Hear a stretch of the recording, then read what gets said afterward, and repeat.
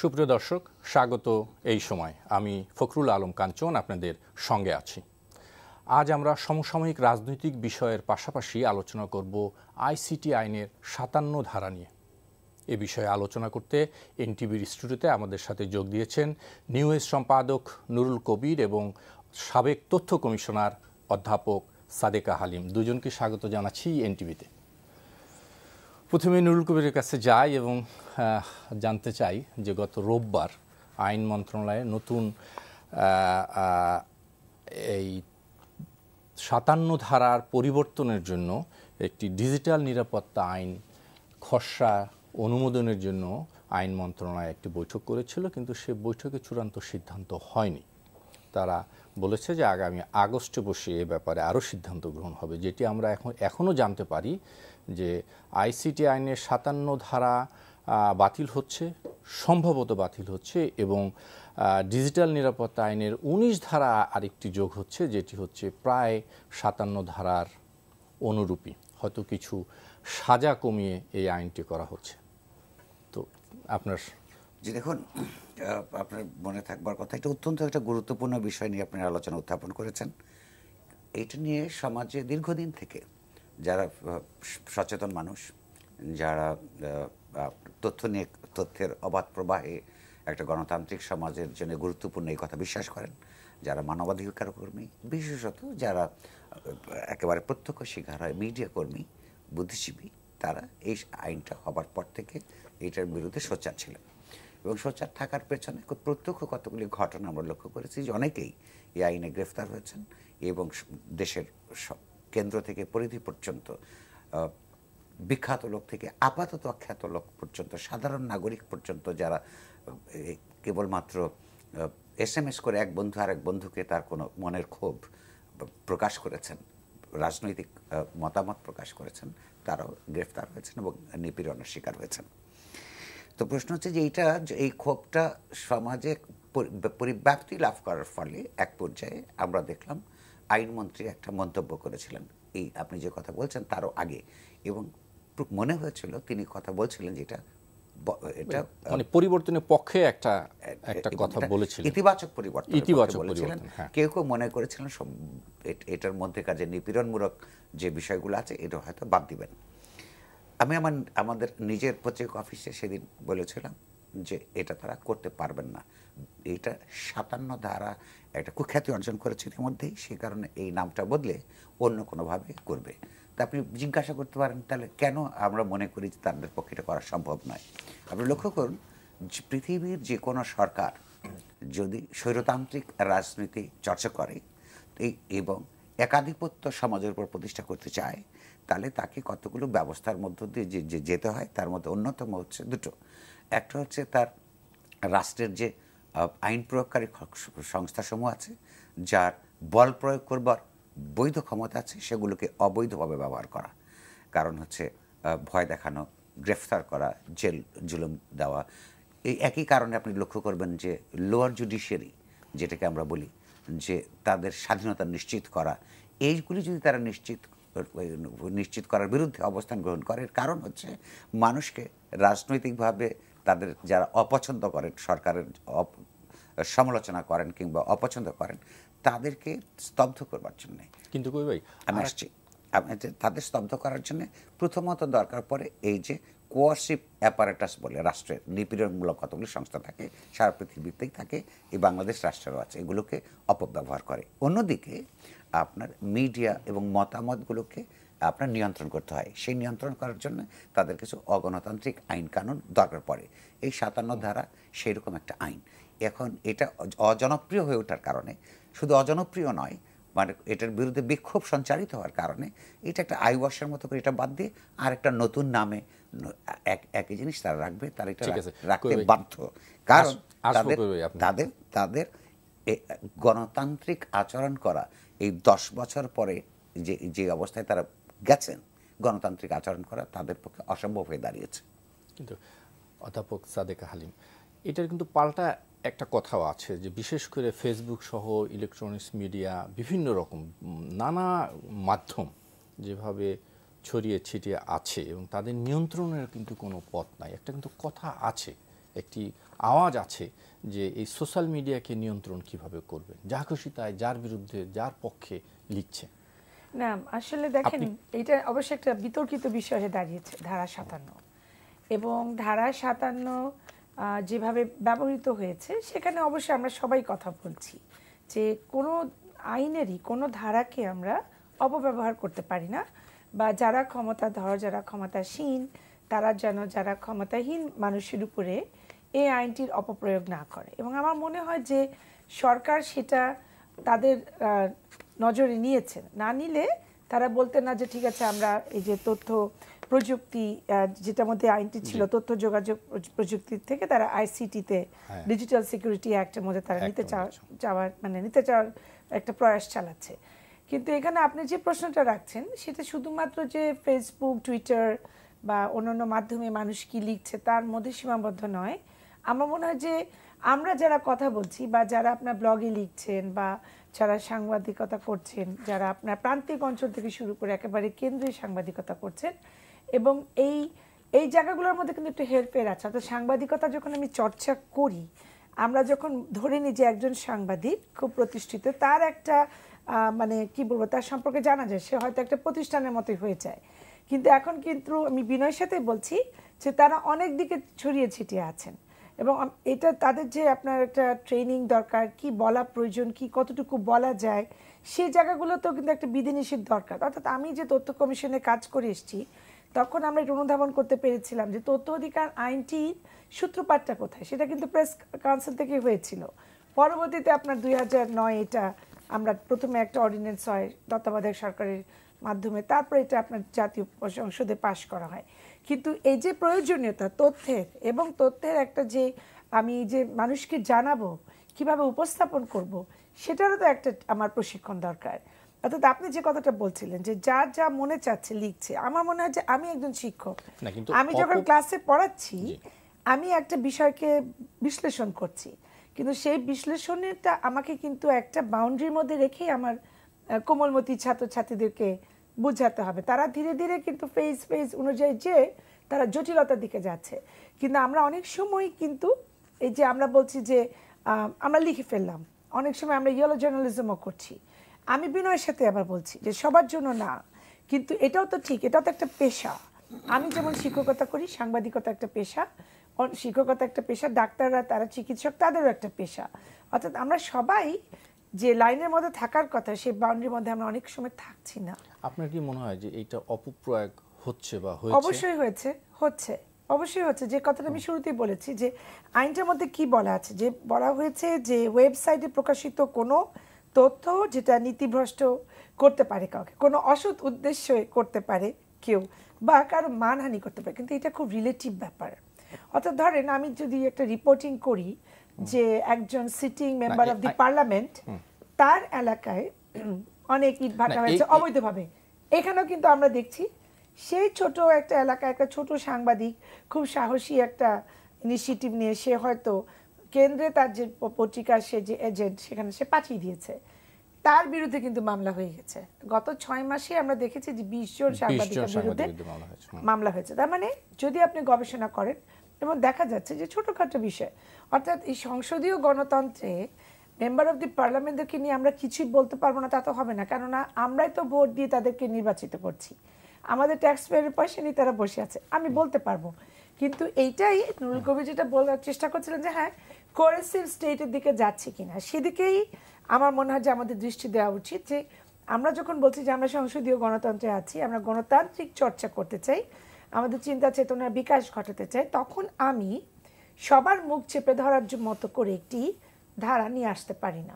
কিন্তু গণতান্ত্রিক জি প্লিজ আমি একটা আপনার যে প্রশ্নটা ওনার সঙ্গে যুক্ত করে একটু রেসপন্স করতে চাই। যেমন ধরুন যে কোনো চিন্তাশীল নাগরিক এই কথা অস্বীকার করবার তার কোনো সুযোগ নাই যে স্বাধীনতা মানে কি আপনি এমন কিছু বলে দিবেন যেখানে একটা সাম্প্রদায়িক উস্কানি তৈরি হবে, একটা রায়ট লেগে যাবে? নিশ্চয়ই না।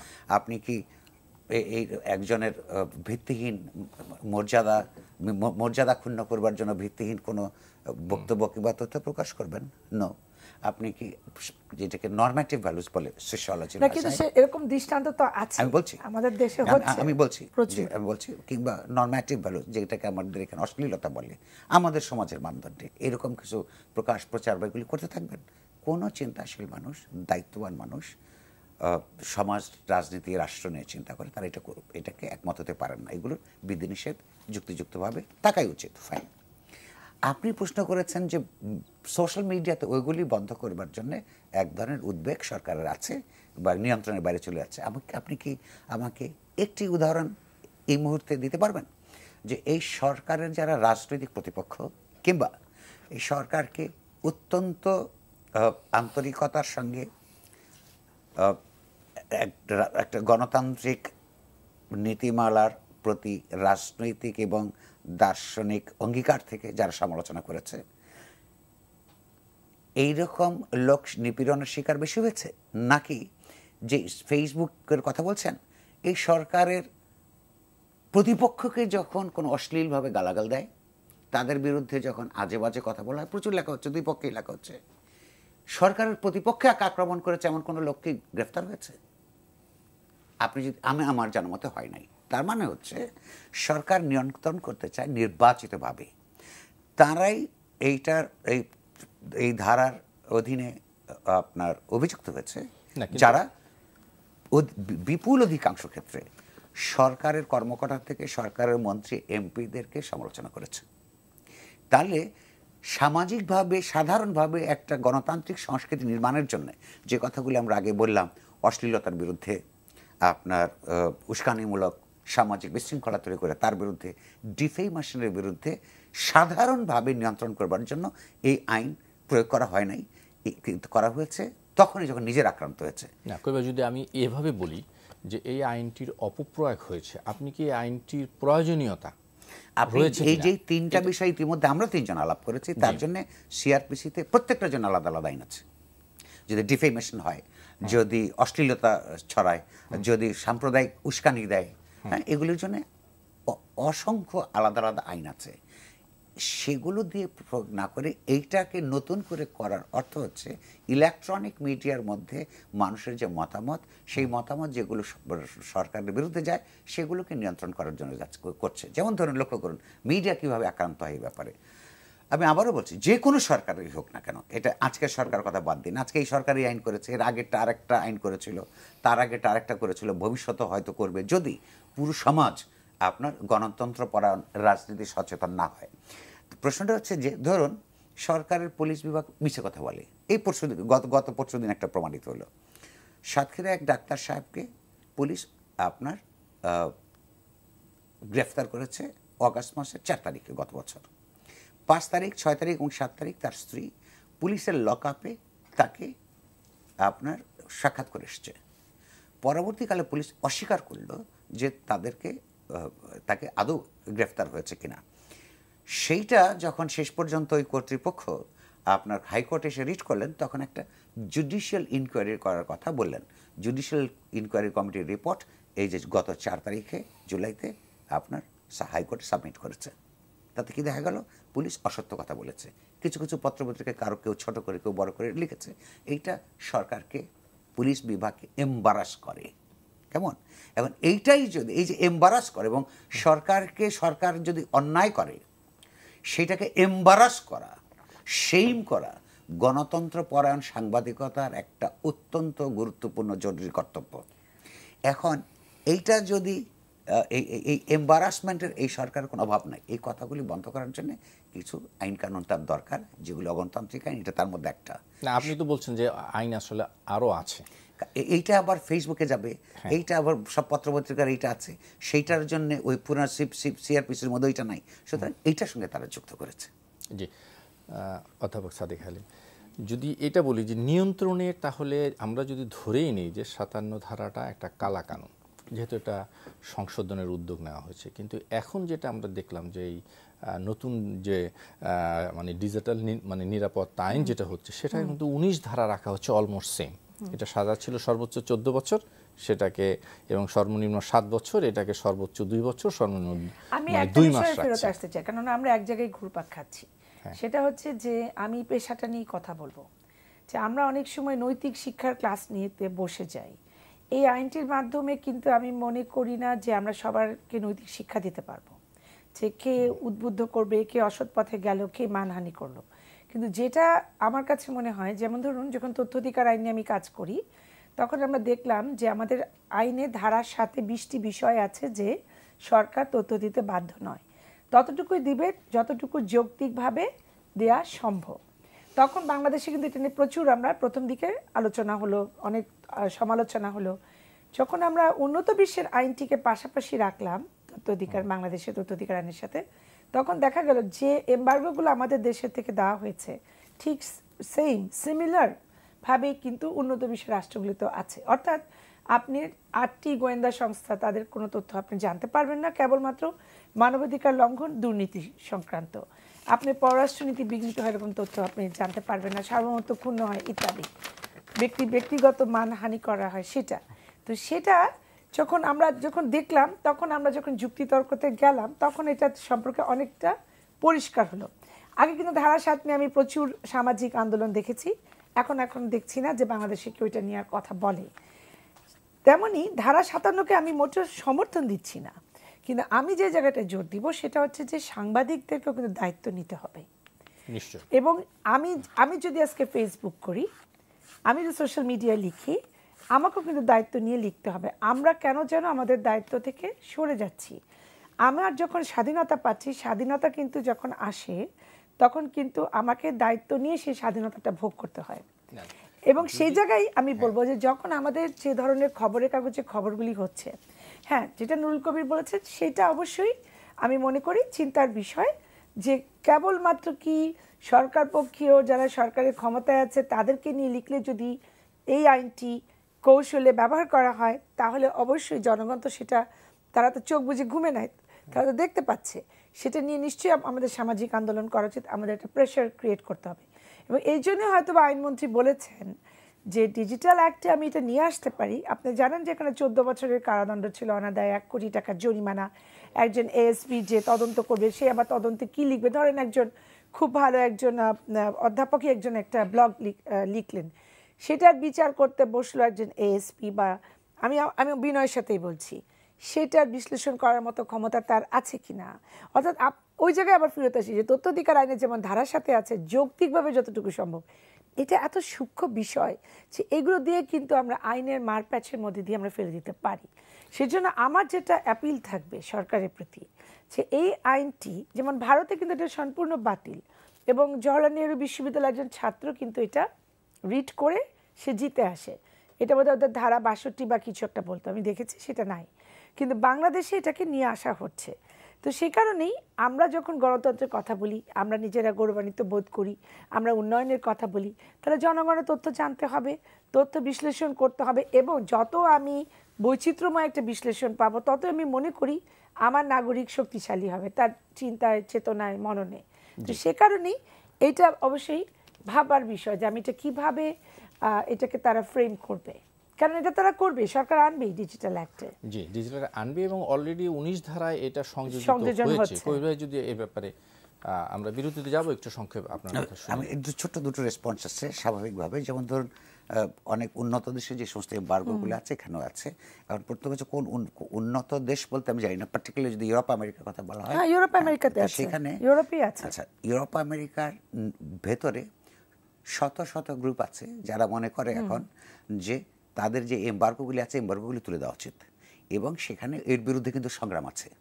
সুতরাং ওইটা একেবারে ইউনিভার্সালি অ্যাকসেপ্টেড হয়ে আছে এমন কোনো কথা নেই। ওই সব বিধিনিষেধের বিরুদ্ধে ওই সমাজে সংগ্রাম আছে। এক, ইউরোপ আমেরিকার রাষ্ট্রগুলো 1960-এর দশকে যেই ধরনের গণতান্ত্রিক ছিল, সোভিয়েত ইউনিয়নের ডিসম্যান্টলিংয়ের পরে এবং চীন দেশের একেবারে একটা পুঁজিতান্ত্রিক রূপান্তরের ফলে ইউরোপ আমেরিকার দেশগুলো আগের মতন আর সেই গণতান্ত্রিক আবহ এখন আর জারি রাখতে তারা রাজি নয়। তারা মনে করে যে তারাও তাদের শাসক শ্রেণী অপরাপর নিপীড়িত শ্রেণীসমূহের বিরুদ্ধে নানান ধরনের অগণতান্ত্রিক কাজ করতে পারে।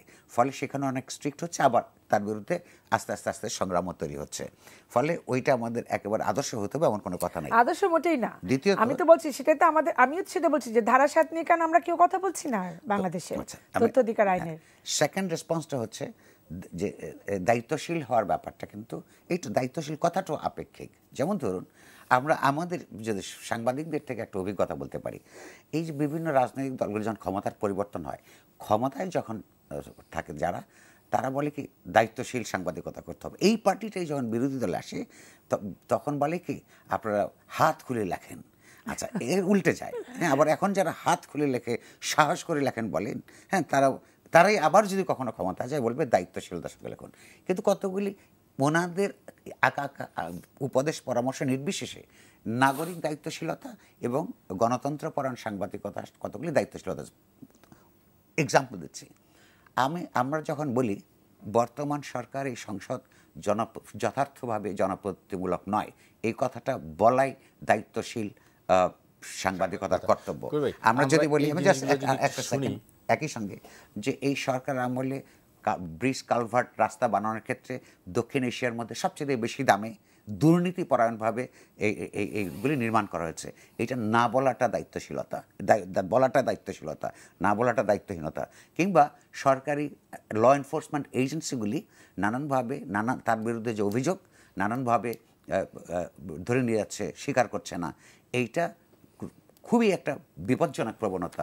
এটা না বলাটা দায়িত্বশীলতা। সরকার একটা কথাও এটাকে পছন্দ করে না। এইসব কথা যারা বলে, এটা কিন্তু আমাদের তৃতীয় বিশ্বের রাষ্ট্রগুলি সরকারের একটা চরিত্র।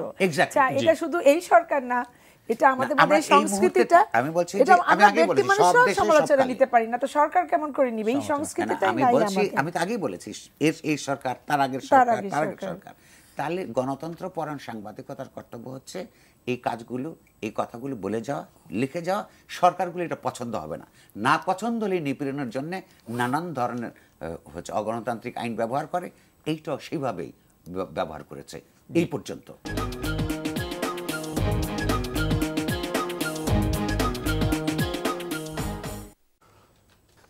ইয়াকুব ভাই, আপনি বলছিলেন 57 ধারা নিয়ে, আমরা মনে হয় একটু অন্য প্রসঙ্গে যাই। গতকাল নির্বাচন কমিশন তাদের রোড ম্যাপ চূড়ান্ত করেছে। এই চূড়ান্তর আগামী 31শে জুলাই থেকে তারা সুশীল সমাজের সাথে, প্রতিনিধির সাথে আলোচনা করবে এবং তারপরে আরও অন্যান্য কিছু কাজ, মানে তাদের কর্ম পরিধি আছে, সেগুলো তারা বাস্তবায়ন করবে।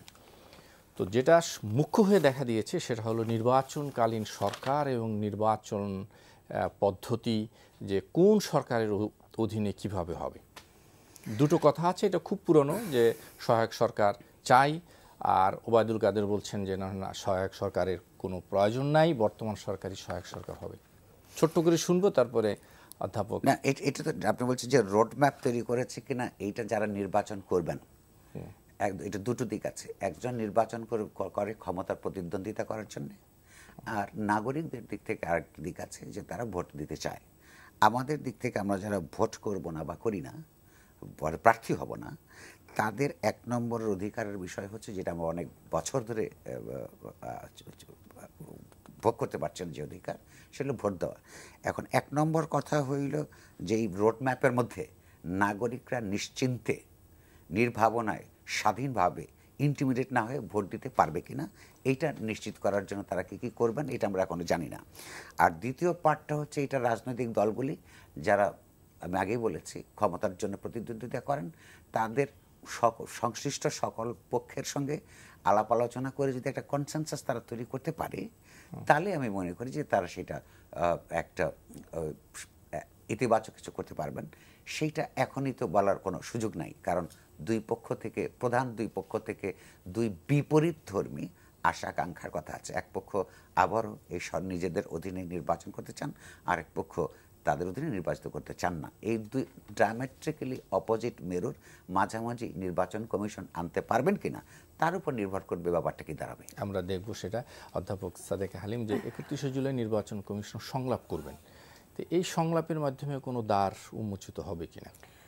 আপনি বলছেন যে তারা তাদের রোড ম্যাপ নির্ধারিত করে ফেলেছে, অনুমোদন করেছে। হ্যাঁ, ইলেকশন কমিশন তারা নিজেদের মধ্যে প্রশাসনিকভাবে তারা কিছু সিদ্ধান্ত নিয়েছে, কিন্তু এই যে সিদ্ধান্তগুলো তারা নিয়েছে তার আগেও কিন্তু তারা রাজনৈতিক দলগুলির সাথে বসেছে, অর্থাৎ আওয়ামী লীগের লোকদের সাথেও তাদের কথা হয়েছে, বৃহত্তম আরেকটি দল বিএনপি, তাদের সাথে কথা হয়েছে। আমি দেখলাম যে ইভিএম পদ্ধতিতে তারা ভোট গ্রহণ করবে না, এই সিদ্ধান্তটা মোটামুটি নিয়ে আসছে, কারণ এটা একটা দাবি ছিল বিএনপির, আওয়ামী লীগের ইভিএম পদ্ধতিতে করার দাবি ছিল আওয়ামী লীগের, না করার দাবি ছিল বিএনপি। সেটা তাদেরটা তারা মোটামুটি এই জায়গায় তারা একটা, আমি মনে করি যে একটা পজিটিভ রেসপন্স পেয়েছে। কেননা তারা অনেক সময় প্রথম দিকে যখন ইলেকশন কমিশন গঠন হয় তখন আমরা দেখেছি যে আস্থার বিষয়টি চলে এসেছিল এবং বিএনপি মোটামুটি তাদের মধ্যে সাথে একটা ডায়ালগে আছে।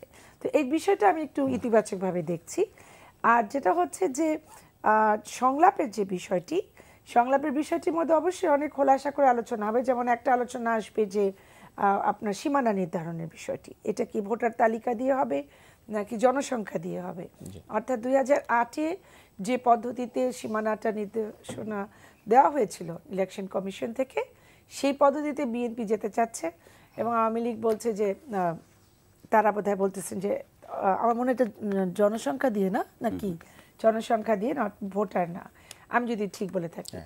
কিন্তু আপনার তত্ত্বাবধায়ক এবং সহায়ক সরকারের প্রশ্নে এটা একটা জটিল জায়গায় আবারও যদি নিয়ে যেতে চাওয়া হয়, আমার কাছে মনে হয় যে আমরা তো 46 বছর হয়ে গেছে আমাদের, আমরা স্বাধীনতা পেয়ে গেছি, পরিপূর্ণতা আমরা পেয়েছি। আমরা অনেক রাজনৈতিক উত্থান পতনের মধ্য দিয়ে, স্বৈরাচারী সরকার, সেনাবাহিনী সরকার, এটার মধ্যে দিয়ে আমরা লেখাপড়াও আমরা করে এসেছি। 10 বার আমার MA পরীক্ষা পিছিয়েছে। এখন তো আমার স্টুডেন্টদেরকে আমি দেখি না তারা কোনো নির্বাচনের জন্য বা কোনো রাজনৈতিক কোনো স্বার্থ হাসিলের জন্য তাদের লেখাপড়ায় কিন্তু কোনো বিঘ্নিত হচ্ছে না, যেটা আমাদের সময় কি কোনো এরকম বিঘ্নিত না। হয়েছিল? তারা তত্ত্বাবধায়ক সরকারের সময় না, বিঘ্নিত অবশ্যই হয়েছে। ঢাকা বিশ্ববিদ্যালয় কি হলো আপনি ভুলে গেলেন?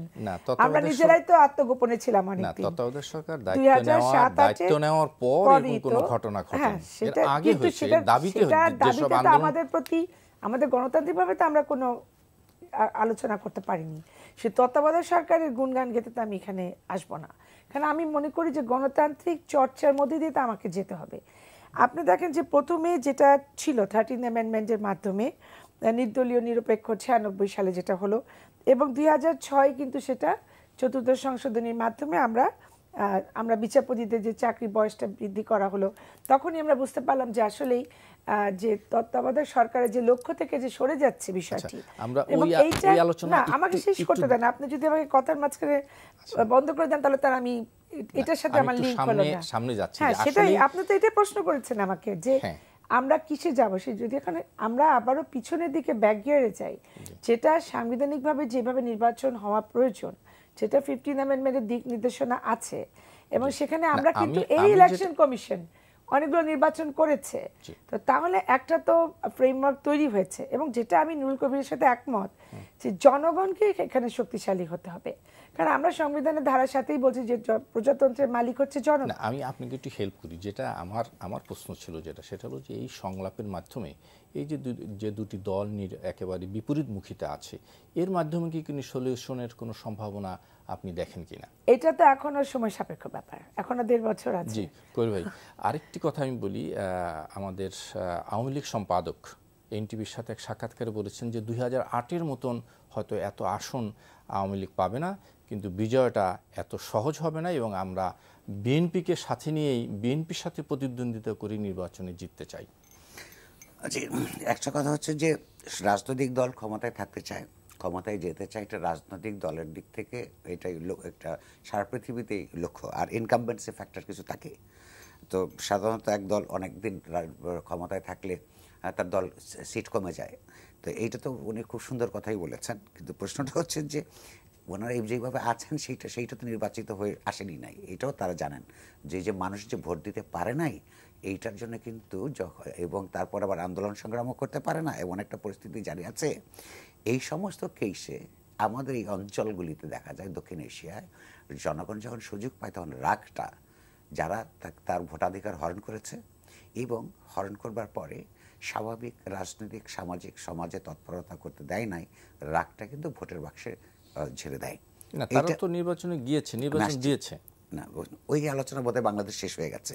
এটাকে আওয়ামী লীগের লোকেরা নিজেরাও জানে, তারা খুব হলো নিজেদেরকে ক্রেডিবল সরকার মনে করে না, এইটা তাদের বলতে হয়তো বলে। এই আলোচনা ওই নির্বাচনের ন্যায্য কি অন্যায্য সারা দুনিয়া এখন জানে, ভারতবর্ষ ছাড়া, ভারতের বর্ষে না, ভারত রাষ্ট্র ছাড়া এটা আর কেউ এটাকে স্বীকৃতি দেয় নাই। আর তার রাজনৈতিক প্রতিপক্ষ সেটা ঠিক মতন সংগ্রাম করতে পারেনি, সে তার ব্যর্থতা, সুতরাং টিকে গেছে, সেটা অন্য কথা। আমার প্রশ্ন হচ্ছে যে আমরা একটা যে 15th অ্যামেন্ডমেন্টের যে কথাটা সাদেকা তুললেন, যে একটা ফ্রেমওয়ার্ক তৈরি হয়েছে, সেটাও সত্য, কিন্তু সেই ফ্রেমওয়ার্কের মধ্যে কিন্তু এই কথাও ছিল যে এক বা একাধিক নির্বাচন তত্ত্বাবধায়ক সরকারের মধ্যে করা যায়।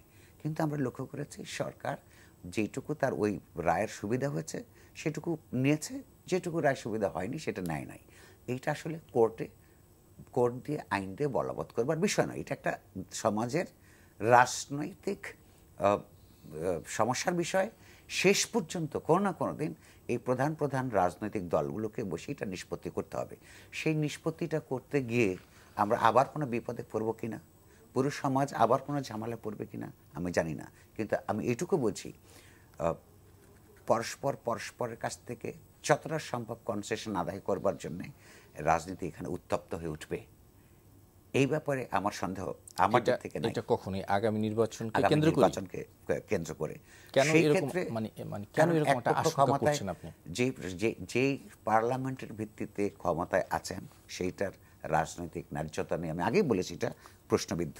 তারপরেও যখন বিরোধী দল আবার সে চেষ্টা করবে এমন নির্বাচন যার মধ্য দিয়ে সে যেতে পারে, আর সরকারি দল চেষ্টা করবে এমন একটা নির্বাচন করতে তার মধ্যে যে ক্ষমতায় থেকে যেতে পারে, এইটা বুঝবার জন্য এখন কোনো বড় পণ্ডিত হওয়ার দরকার পড়ে না। তাহলে এটা একটা সংঘাতমূলক পরিস্থিতি বিরাজ করছে। সংঘাতের রূপ কিভাবে পরিগ্রহণ করবে, কিভাবে প্রকাশিত হবে সেটা আমি জানি না, আমি সেই কথা বলছি, কিন্তু সংঘাতটা আছে। সেই ক্ষেত্রে নির্বাচন কমিশনের দায়িত্বটা অনেক বড়, তাদের চ্যালেঞ্জটাও অনেক বড়। তারা যদি ব্যক্তিত্ব নিয়ে, নীতিবোধ নিয়ে, গণতান্ত্রিক মূল্যবোধ নিয়ে, নিজেদের অর্জন দিয়ে দুই পক্ষকে একটা জায়গায় আনতে না পারেন, তাহলে তারা আসলে এই সংঘাত থেকে আমাদেরকে বের করতে পারবেন না। আমরা আশা করতে পারি নির্বাচন কমিশনকে সহযোগিতা করার জন্য সমাজের অপরাপর যে সমস্ত ইনফ্লুয়েন্স আছে যাদের, তারাও চেষ্টা করবেন। তা না হলে শেষ পর্যন্ত পুরো দেশের জন্যই একটা ক্ষতিকর যে আশঙ্কা সেটা তিরোহিত হবে বলে আমার মনে হয় না। একটা গ্রহণযোগ্য অংশগ্রহণমূলক নির্বাচনের ব্যাপারে কিছুটা সংশয়ের কথা বললেন, আপনি কি বলবেন? না দেখেন, এই দুটো দল যদি অবশ্যই এই সংশয়, এই শঙ্কা, উদ্বেগ জনগণের মধ্যেও আছে, সুশীল সমাজ বলি বা সবার মধ্যেই আছে। কারণ আমরা দেখছি যে বেশ কিছু আলোচনা আমাদের মধ্যে শুরু হয়ে গেছে যে আমরা আসলে একটা অংশগ্রহণমূলক একটা নির্বাচন চাই একটা রাজনৈতিক প্রক্রিয়ার মধ্যে দিয়ে। এবং ক্ষমতাসীন দলের অনেক সমালোচনা আছে, কিন্তু একটা বিউটি হচ্ছে যে এখন আমি দেখছি যে ক্ষমতাসীন দলের যারা প্রভাবশালী নেতা তারা কিন্তু বলছেন যে 2014-এর যে 154টি আনকনটেস্টেড সিট আমরা পেয়েছি, আমরা সেরকম নির্বাচন চাই না। এবং এই ধরনের সত্য স্বীকার করার জন্য কিন্তু তাদেরকে একটুখানি হলেও অভিনন্দন জানাতে হয়, কারণ এটা তো আমরা জানি না, আমরা তো আত্মসমালোচনা করি না, এবং এখানে আত্মতুষ্টির যে কোনো জায়গা নাই এখন, কিন্তু সেটা তাদের এক্সপ্রেশনে বোঝা যাচ্ছে। এবং আমি আজকেই দেখছিলাম, আমি জানি না এটা কতটা সত্যতা আছেন, যে 100 জন এমপি, সিটিং এমপি তারা বাদ পড়ছেন, নতুন আসছেন আরো 73 জন। অর্থাৎ এই যে আমি ক্ষমতাসীন দলের কথাই বলছি, কারণ তারা জানে যে তাদের মাঠটি কিরকম, অর্থাৎ কারা জিতে আসতে পারে, জনগণের কাদের প্রতি আস্থা আছে, তৃণমূল থেকে কিভাবে তুলে নিয়ে আসা হচ্ছে এইসব নেতাদেরকে, যাদেরকে কিনা ধরা হচ্ছে যে ভবিষ্যতে নমিনেশন দেওয়া হবে। হ্যাঁ, এখন আরেকটা বিষয় আছে যে ভোট গ্রহণের আপনি যখন চলেছে 2014-তে, আমরা জানি যে অনেকে যায়নি, সেটা যে কেবলমাত্র আনকনটেস্টেড সিট হওয়ার জন্য তা নয়। তখন আমরা যে ইলেকশন হওয়ার আগে এবং পরে যে ধরনের আমরা সহিংসতা বাংলাদেশে দেখেছি, যে জ্বালা পোড়া, সন্ত্রাস, জনগণকে মেরে ফেলা, স্কুল টিচারকে মেরে ফেলা, বোমাবাজি, এই আতঙ্কের মধ্যে তো জনগণ যাবে না। কেননা এখন তো অনেক এলিমেন্টস চলে আসছে, এর মধ্যে জঙ্গিবাদ চলে আসছে, যুদ্ধাপরাধীদের বিচার হয়েছে, তো অনেকগুলো এলিমেন্টস কিন্তু প্রশ্নের মধ্যে চলে আসবে যে নির্বাচন কমিশনের অনেকগুলো চ্যালেঞ্জ আছে, যে কারা প্রার্থী হচ্ছেন, যোগ্য প্রার্থী কিনা, তাদের যুদ্ধাপরাধীদের কোনো ছেলে মেয়েরা, সন্তানরা কি এখানে প্রার্থী হবেন কিনা, জঙ্গিবাদের সঙ্গে সংশ্লিষ্টতা আছে কিনা, এগুলো কিন্তু আপনার শুধুমাত্র ঋণ খেলাপি দেখলে হবে না, মাদক ব্যবসায়ী দেখলে হবে না। আমার ইডিওলজিক্যাল সমস্যা যদি থাকে তাহলে তো আমি এখানে নির্বাচনে দাঁড়াতে পারি না। তো এই কারণেই আমি মনে করি যে গ্রহণযোগ্য নির্বাচনটা করাটা ইলেকশন কমিশনের সামনে একটা বিশাল বড় চ্যালেঞ্জ, এবং ইলেকশন কমিশন একা করতে পারবে না, সেটা রাজনৈতিক দলগুলোকে নিয়েই করতে হবে, সমাজের এবং আমরা যারা কাজ করি এবং এটা যদি আনকন্টেস্টেড ওরকম ইলেকশনও করা সম্ভব না, কারণ আমরা জাতীয় পর্যায়ে আমরা দেখছি আমরা ডিজিটালাইজড হয়ে গেছি, গণমাধ্যম অত্যন্ত শক্তিশালী একটা রূপে আছেন, আন্তর্জাতিকভাবেও দেখা হবে এবং এই গ্রহণযোগ্যতাটা আমাদের প্রয়োজন। কিন্তু এটা আমি একমত নুরুল কবির সাথে যে অবশ্যই আমরা কোনো অশুভ শক্তির উত্থান দেখতে চাই না, আমরা একটা গণতান্ত্রিক রাষ্ট্রই বা সরকার চাই। দেখুন, একটা বিষয় যে এখানে আইন কানুনের বিতর্ক আবার আসবেই এই নির্বাচনকে সামনে নিয়ে, ও নানান ধরনের সামাজিক, রাজনৈতিক এবং সাংবিধানিক বিতর্ক আসবে। কিন্তু বিষয়টা হচ্ছে আপনার সরকারের দিক থেকে একটা দৃষ্টিভঙ্গি লক্ষ্য করুন। গতকাল বলতে গত পরশু 16th অ্যামেন্ডমেন্ট নিয়ে আপনার অ্যাপেলেট ডিভিশনের যে রায়, সেই রায় পছন্দ হয়নি সরকারি দলের, বুঝে যাচ্ছে। সেখানে এমপি সাহেবরা তাদের অধিকারের মধ্যে আছে, অফকোর্স তারা কোর্টের রায় নিয়ে কথা বলতে পারেন, সাধারণ নাগরিকদের চাইতে তাদের অধিকার বেশি। কিন্তু প্রশ্নটা হচ্ছে তাদের মূল যে বক্তব্য, সেই বক্তব্য নির্যাসটা কি? নির্যাসটা হচ্ছে যে তারা যে সমালোচনা করলেন যে আপনার সংসদের করা কোনো সংবিধানের কোনো ধারা এইটা কি কোর্ট বাতিল করতে পারে কি পারে না? অধিকাংশে বলেছেন পারে না। ঠিক এই কথা ভুলে গিয়ে যে 15th অ্যামেন্ডমেন্টের যেটা তারা করেছিলেন সেইটাও যে বাতিল বা তত্ত্বাবধায়ক সরকার সংক্রান্ত যেটা, এটা 15th অ্যামেন্ডমেন্ট ছিল বোধহয়, আর সেইটাকে এই কোর্টই বাতিল করেছে। সেইটা তখন তাদের পছন্দ হয়েছিল। তখন এই কোর্ট এটা করতে পারে কিনা তারা কিন্তু কখনো প্রশ্ন তোলে নাই। এই যে ডাবল স্ট্যান্ডার্ড, একই বিষয়ে চিন্তা করবার ক্ষেত্রে এই মনোবৃত্তি যদি থাকে, সেটা তাদের হোক কিংবা এদের হোক, যেমন এদের এখন এটা খুব ভালো লাগছে আপনার বিএনপিদের, ওই সময় ওইটা তাদের ভালো লাগে নাই। তাহলে আমাদের শাসক শ্রেণীর রাজনৈতিক দলগুলো তার নীতিনিষ্ঠতা যে একেবারেই নাই, অর্থাৎ যেটা তাদের পছন্দ হয় সেটা, সেই আইনের রায় খুব, সেই আদালতের রায় খুব ভালো, আর যেটা পছন্দ হয় না এটা আদালতের এখতিয়ার আছে কিনা প্রশ্ন তোলেন। এইরকম ক্ষমতার প্রতিদ্বন্দ্বিতা এবং ক্ষমতা নিয়ে যেখানে এইভাবে দৃষ্টিভঙ্গি গড়ে উঠেছে, সেখানে আমি মনে করি ভবিষ্যৎ নির্বাচন কমিশনের যে দায়িত্ব সেটা খুব জটিল হবে। সেইখানে এইখানকার সৎ বুদ্ধিজীবীরা কিংবা সমাজের অপরাপর যারা এগুলি বোঝেন, সত্যিকার অর্থে বোঝেন কিন্তু দলবাজি করেন না, তারা কী ধরনের ভূমিকা নেয়, কী ধরনের মতামত তৈরি করে, সেইটার উপরেও নির্ভর করবে আমরা এই সমস্যাটা থেকে কীভাবে বেরোবো। জি, সাদেক আলী, আপনার শেষ কথা নিব। আপনি চ্যালেঞ্জের কথা বলেছেন, কিন্তু চ্যালেঞ্জটা মোকাবিলা কিভাবে করবে নির্বাচন কমিশন, যেখানে দুইটি রাজনৈতিক দল একেবারেই ভিন্ন মেরুতে আছে? সেটাই তো, সেখানে এটা মিনিমাইজ করে নিয়ে আসা, অর্থাৎ আমরা দুইটি রাজনৈতিক দলেরও কিন্তু একটা লক্ষ্য আছে যে রাজনৈতিকভাবে সমস্যার সমাধান করতে হবে। এখানে কার উপরে কাউকে চাপিয়ে দিলে চলবে না, এবং এখানে পুঁজি পারবেও না। এবং আরেকটা বিষয় হচ্ছে এখানে পুঁজি করবে কাকে? জনগণকে। এবং বাংলাদেশের মানুষ তো অসচেতন নেই, শিক্ষার হার বেড়েছে, সচেতনতা আছে, মানুষ হয়তো বা রাস্তাঘাটে নামছে না, কিন্তু প্ল্যাটফর্ম আছে যেখানে তারা আমাদের বলবো যে চিন্তা চেতনার একটা এক্সচেঞ্জ হচ্ছে। তো সেই কারণেই এবার নির্বাচনটাকে আমরা কোনো সময় আমার মনে হয় না যে নির্বাচনটাকে হালকা করে নেওয়ার কোনো বিষয় না, এবং এটা নেওয়া হচ্ছে না। আর যেটা নুরুল কবির বলছিলেন যে হ্যাঁ, যে এই মানে 16th অ্যামেন্ডমেন্টের পরে আমরা কিছু মন্তব্য দেখছি, কিন্তু স্বয়ং প্রধানমন্ত্রী কিন্তু বলেছেন যে এটাই প্রমাণ করে যে বিচার বিভাগ স্বাধীন, তো সেটাও তো পজিটিভলি আসছে। তো এই মানে একটা দলের মধ্যে ডাইভার্স ওপিনিয়ন থাকতেই পারে, আমি মনে করি সেটা গণতন্ত্রেরই আবার বিউটি। তো এটাকেই আমার পুঁজি করতে হবে যে আমরা যারা আছি সবাই মিলে যেন আমরা একটা, যেটা আমি নিশ্চয়ই চাবো না যে বাংলাদেশ আবার স্বৈরতন্ত্রের দিকে ফেরত যায় বা কোনো আমরা একটা গণতান্ত্রিক একটা রাষ্ট্রই চাচ্ছি। জি, আবার ছোট্ট রেসপন্স আছে শুধু। আমার মনে হয় যেখানে দুই প্রধান রাজনৈতিক দল এমনভাবে বৈরী অবস্থানে আছে এবং তার জায়গা থেকে সরতে রাজি না, সেখানে তাদের নেতৃত্বের উপর শুধুমাত্র ভরসা করে বাংলাদেশের সাধারণ মানুষ তার গণতান্ত্রিক অধিকার ফিরে পাবে না বা প্রতিষ্ঠা করতে পারবে না। সেখানে জনগণের সংঘবদ্ধ রাজনৈতিক তৎপরতা বৃদ্ধি করা একটা গুরুত্বপূর্ণ উপাদান হিসেবে ভবিষ্যতে কাজ করবে। জি, আপনাদের দুজনকে ধন্যবাদ। আমাদের হাতে আজ আর সময় নেই। দর্শক, এই ছিল আমাদের আজকের আয়োজন। আগামীকাল আবার দেখা হবে। আল্লাহ হাফেজ।